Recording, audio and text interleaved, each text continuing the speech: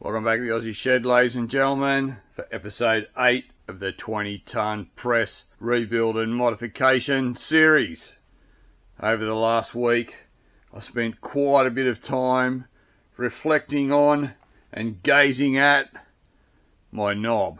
And after consulting with Mrs. Aussie Shed, we're both in agreement that it's just too big and chunky. She said she likes the girth and the way it feels in her hand. So what I've decided to do to make it a bit more appealing and less cumbersome is to bore the centre out of it.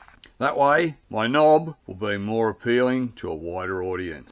So let's get it back on the mini lathe, eh?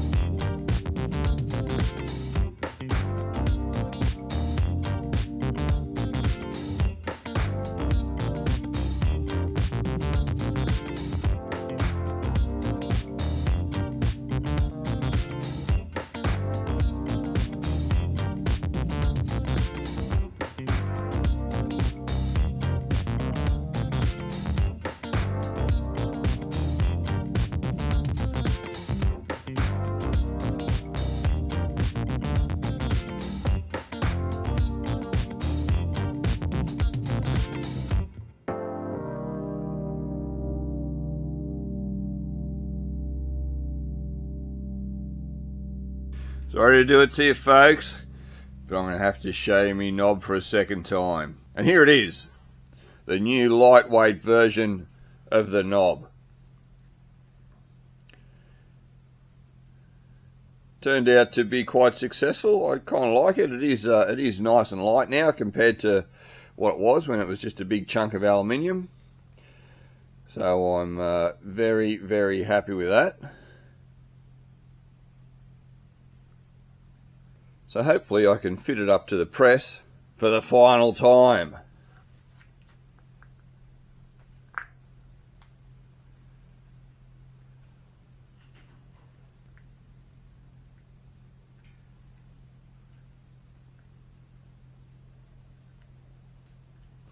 There it is, folks. I reckon that's pretty good. It just doesn't have that sort of chunky feel to it anymore that it was sort of pulling down a bit on the thing. Not that it probably was. It was, you know, whether or not it was needed, folks, I really don't know, but I certainly like it a bit better, and it can only be a good thing. Alright, so now on to the next thing. So the next thing I'm going to do, folks, is I'm going to make a piece to go on the end of this adapter that I made for when we don't need the press pin adapter and all the various pieces, just as basically a flat foot to go on here to take the place of this, so that we can just press with the end of the ram if we need more height, and you know, we've got sort of issues or whatever. At least we can remove this. And this having the receiver in it to take the press pins, you know, I really don't want to risk damaging that in any way. So what I'm going to do is I'm going to make up a piece very similar to this, but without the hole in the middle, and just have it kind of flared out as much as I can with the piece of stock that I have. I have an offcut of this. I've got about that much more left of the piece that I had. So I figure I can use that to make it. So it'll basically just probably be the opposite of the end shape that's on here now, and only be sort of quite thin to keep it as low profile as possible, which is the sort of whole reason behind it. So this is the little bit of stock that I've got left to sort of make it out of. So I think that'll be really good. Basically all it's got to do is go up in that section and then just have a small piece to use to be able to sort of push with. So there's plenty here to make it out of. So I might go and throw it on the mini lathe, eh? So if any of you guys are interested in all the modifications I made to this Chinese mini lathe to make it be able to do the things that it can do, and it is a very nice functioning small lathe now after all the mods, I'll leave a link to the video series that I created on doing all these mods right up there in that corner, so you can check it out and see what it took to get this thing to do what it'll do now. Anyway, let's get this piece mounted and start cleaning it up.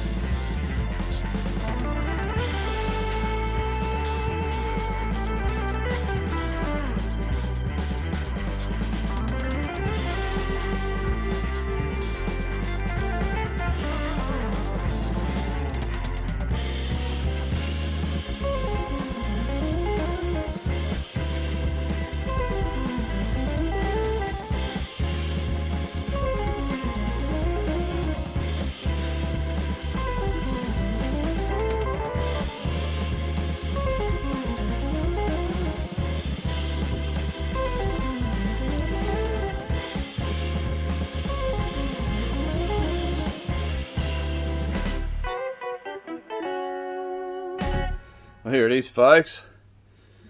Got off the mini lathe. Bit of knurling around there just for a bit of grip. You can see that shoulder there, that's where the grub screw engages into it to hold it in position. And I've just put a couple of grooves in the bottom there just to sort of help you locate things in the center, and just for a bit of a, you know, bit of a decorative thing, but mainly so that you can find the center really easily. So, whereas that's our piece that I made up previously that adapts the bottom of the jack to the press pin holder. Instead of that, now we just have this guy, which just goes into there like that, and just gives us that really nice flat sort of pressing foot on there, just for general stuff that we're trying to push in. Just so that we basically don't have to either be swapping this thing out all the time or using it for stuff unless we need press pins. Because as I mentioned, I just don't really want to damage the receiver for the press pins when it was just a matter of making something simple like this up, and we're good to go. So let's go and fit it on the press, eh? So just so you can get an idea, folks, of the difference in, you know, size relationships and everything. So that's our press pin holder, and where that kind of just situates everything when we have an average sort of a pin in there that we want to use. Other than that, like I say, you'd really have to use the adapter, or just use the end of this. Once again, that has a receiver for this, this has a receiver for this, which you really don't want to risk damaging when you're pressing. So now we just have this, you know, that just goes straight on to up the grub screw, nice and tight.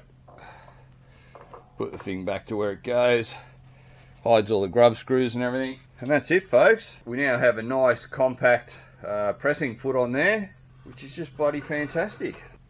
And at this point, folks, I think we're ready for another demo.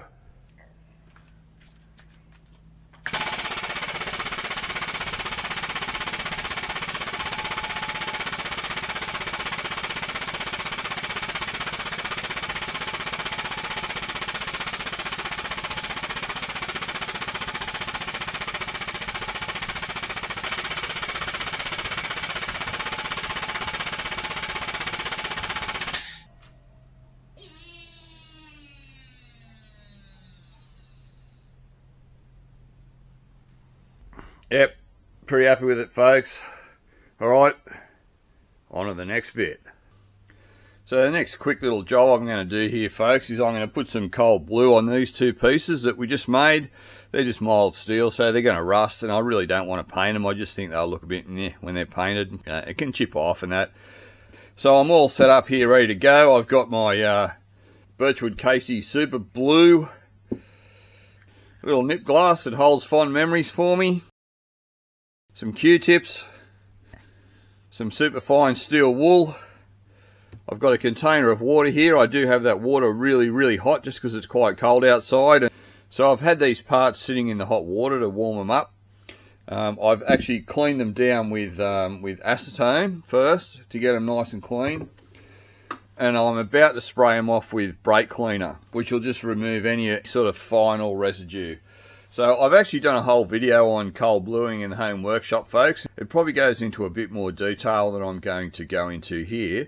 So if you'd like to see that, I'll leave a link to it right there.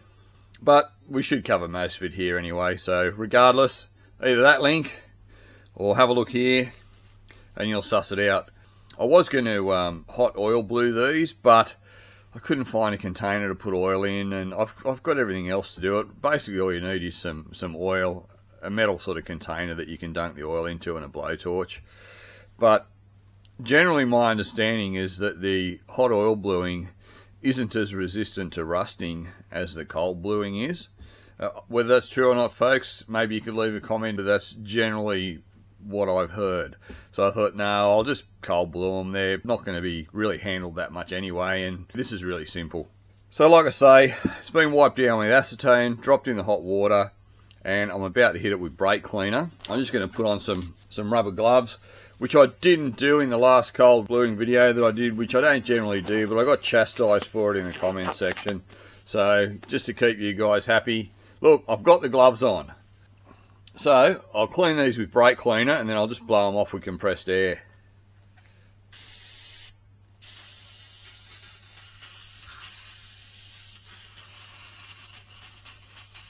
Alright, that's that one.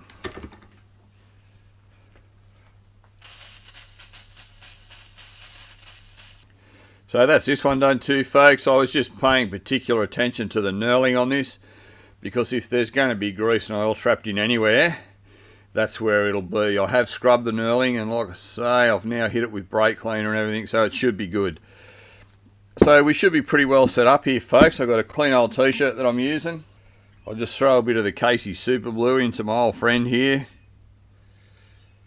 The reason I'm doing that is you can't return any of it to the container, because it starts off the reaction. If you return any of it back to the container, it's just going to turn what's in the container to crap. And that's it, folks. So we just basically start wiping her on. Really you know, something a bit bigger than these Q-tips would have been good, but we'll persevere for the time being.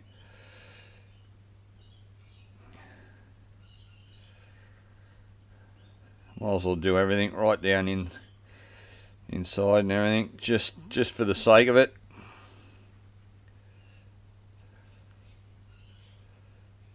You be quite liberal with this stuff too, folks.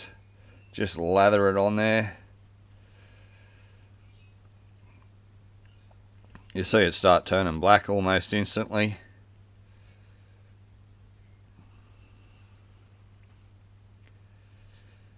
And we'll give this a few coats.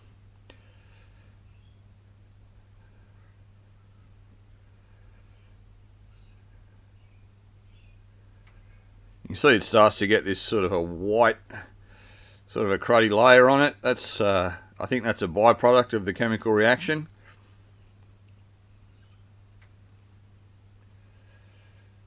So we'll just keep going at it.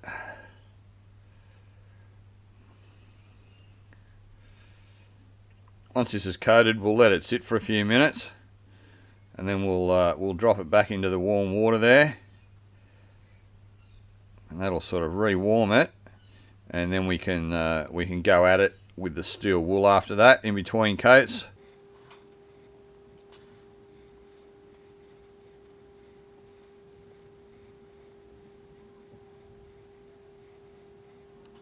Generally I find this first coat is the one that is sort of the muckiest, with this sort of milky sort of residue that we get off it.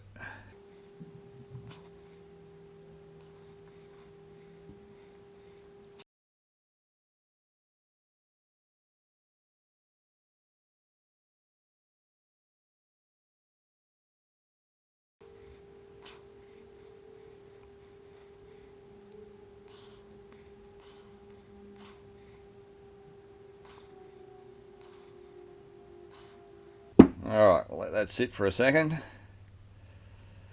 Get into this one. Like I say, my biggest concern was the knurling, that I didn't get all the oil and stuff out of it. There's the end of that Q-tip.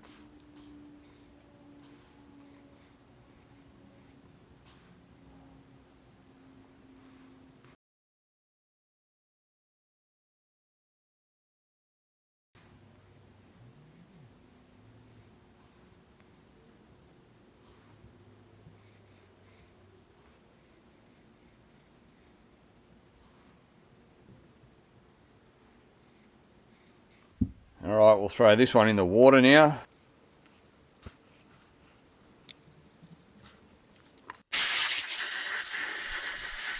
So you can see that's quite uneven and quite kind of crap at the moment. We'll give this one a bit of a rub over while the first one's just soaking it up a bit before we drop it in. So this is just to remove that sort of bodgy, sort of milky reactive stuff that's on there, and just sort of evens it up. Like I said, I haven't really felt the need to do it on previous stuff, and it's always sort of turned out alright, but mate, the internet told me to do it this way, so I'm doing it this way.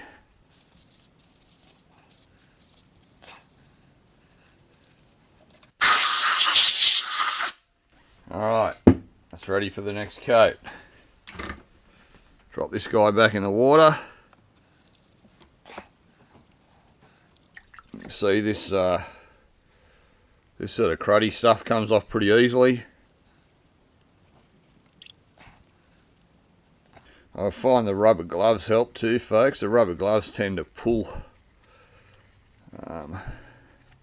you know, the coating out of things pretty well. That's pretty good.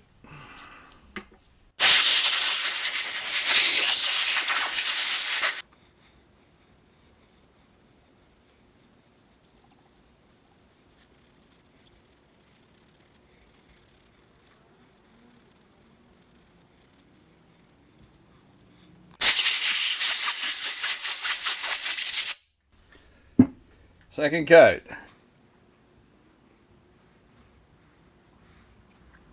You can probably see the second coat's going on a bit easier. I really don't know why that is, but always kind of seems to.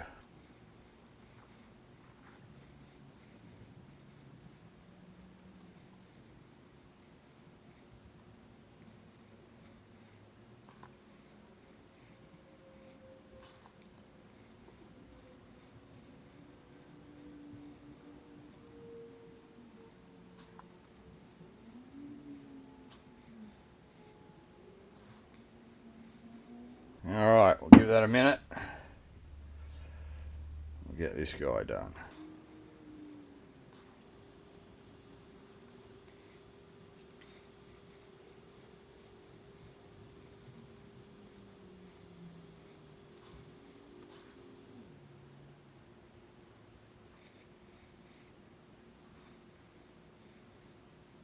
Different steels tend to take the blue different too, folks, and I think if you polish it up more, it tends to take it a bit better as well.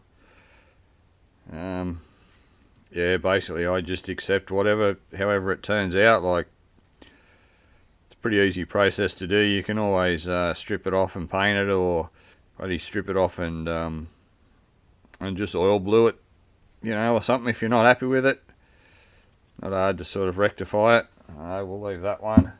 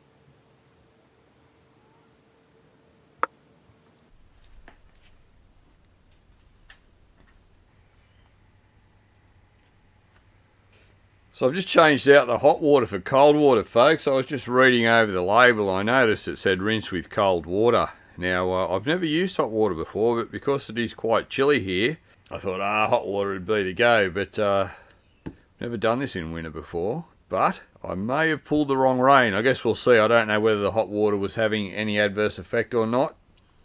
But cold water now, so I'm as per the instructions.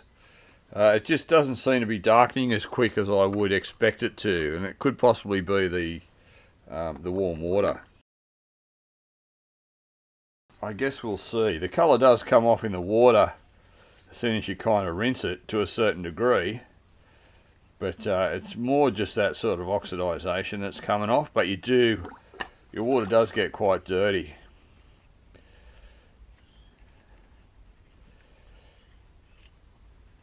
It does appear to be getting darker though. Well, it's definitely getting darker, but yeah, how much?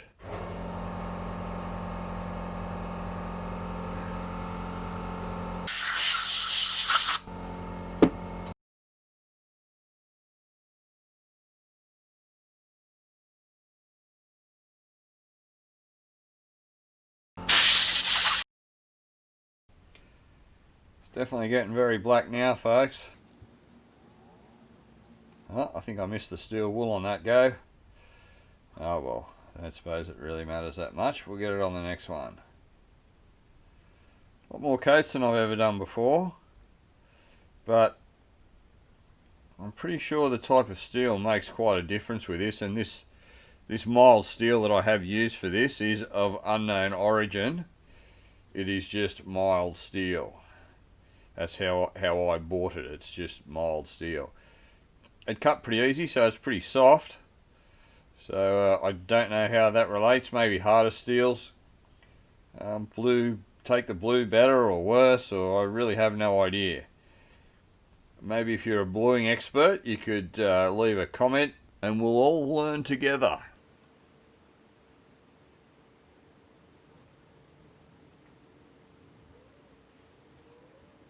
I must say though, folks, it is getting pretty bloody good now.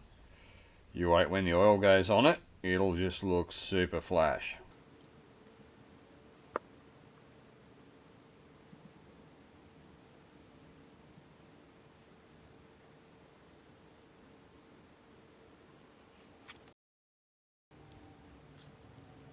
I think this is going to be the last one, folks, the last coat.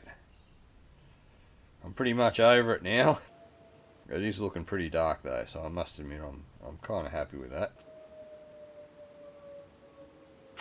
Like I say, that sort of white crud that you get off it with the first few coats, which I'm sure is the surface oxidizing and creating that as sort of a byproduct. You don't really get that anymore now.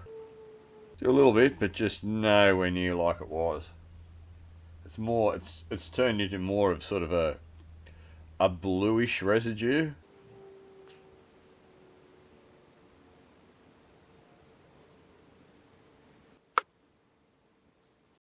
Right, I'll give these a bit of a wash. If you don't notice a bit of a gap between when I coat them up and when I rinse them off, folks, it's just because I've skipped through it in the editing, so you're just not bored with standing around watching nothing happen, basically. So I'm not just doing them and then dunking them. I am waiting, you know, about 30 seconds to a minute between doing them each time.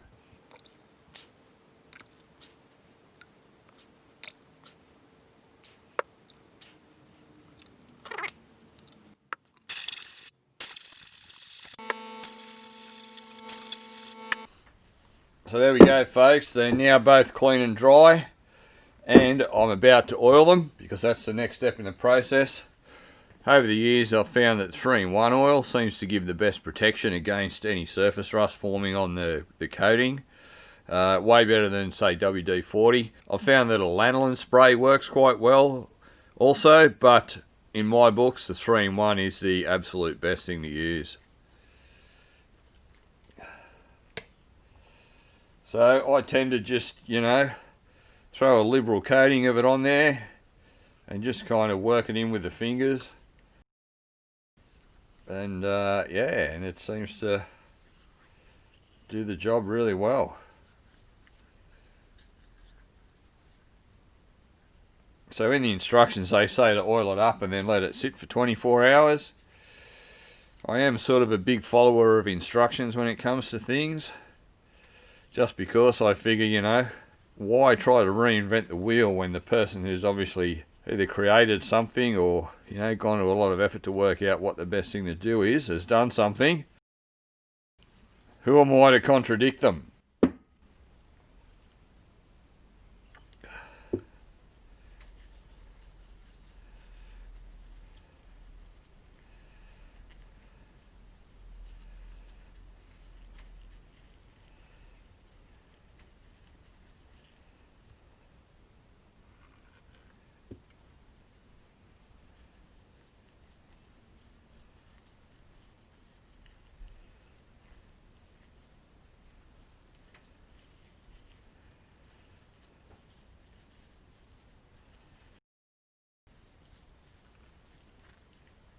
There you go, folks. Blacker than a coal miner's nightmare. So I'll let them sit like that for 24 hours. I'll come back this time tomorrow and we'll wipe them off and we'll fit them back onto the press. But for you guys, it'll probably only be a matter of seconds. And just like magic, folks, the next day is upon us. So, we can wipe these suckers off and put all this back together. They are looking pretty damn good. By the look of that.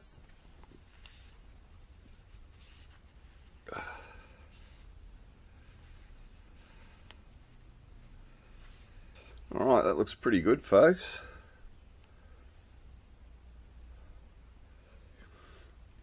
Really happy with that.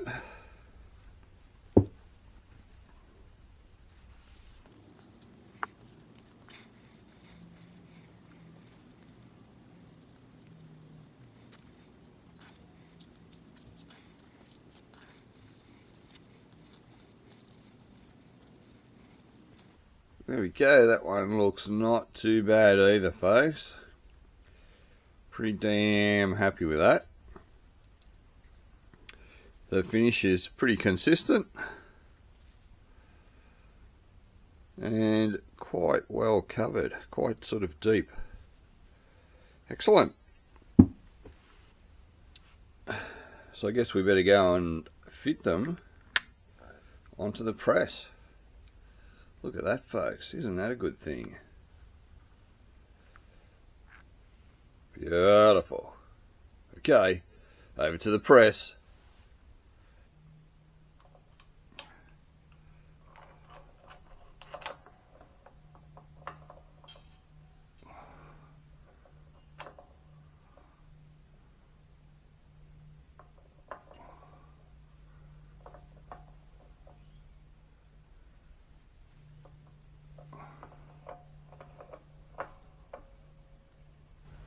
That's pretty good.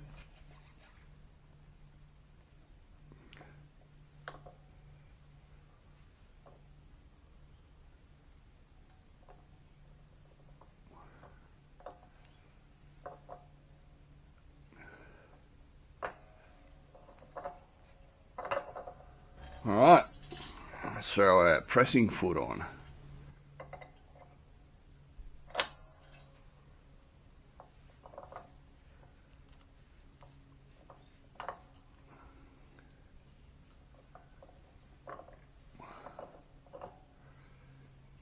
There it is, folks. I've got to say I'm pretty happy with how that turned out. And unfortunately, folks, that signifies the end of this episode. But don't worry, folks, there's plenty more to come. So as always, folks, thanks for stopping by the Aussie Shed. Bloody pleasure to have you here. If you like this video, remember to give it a thumbs up. If you like my content, remember to subscribe to my channel. If you'd like to support the Aussie Shed, there's PayPal and Subscribe Star links in the description. As always, folks, I'll see you on the next one. Cheers.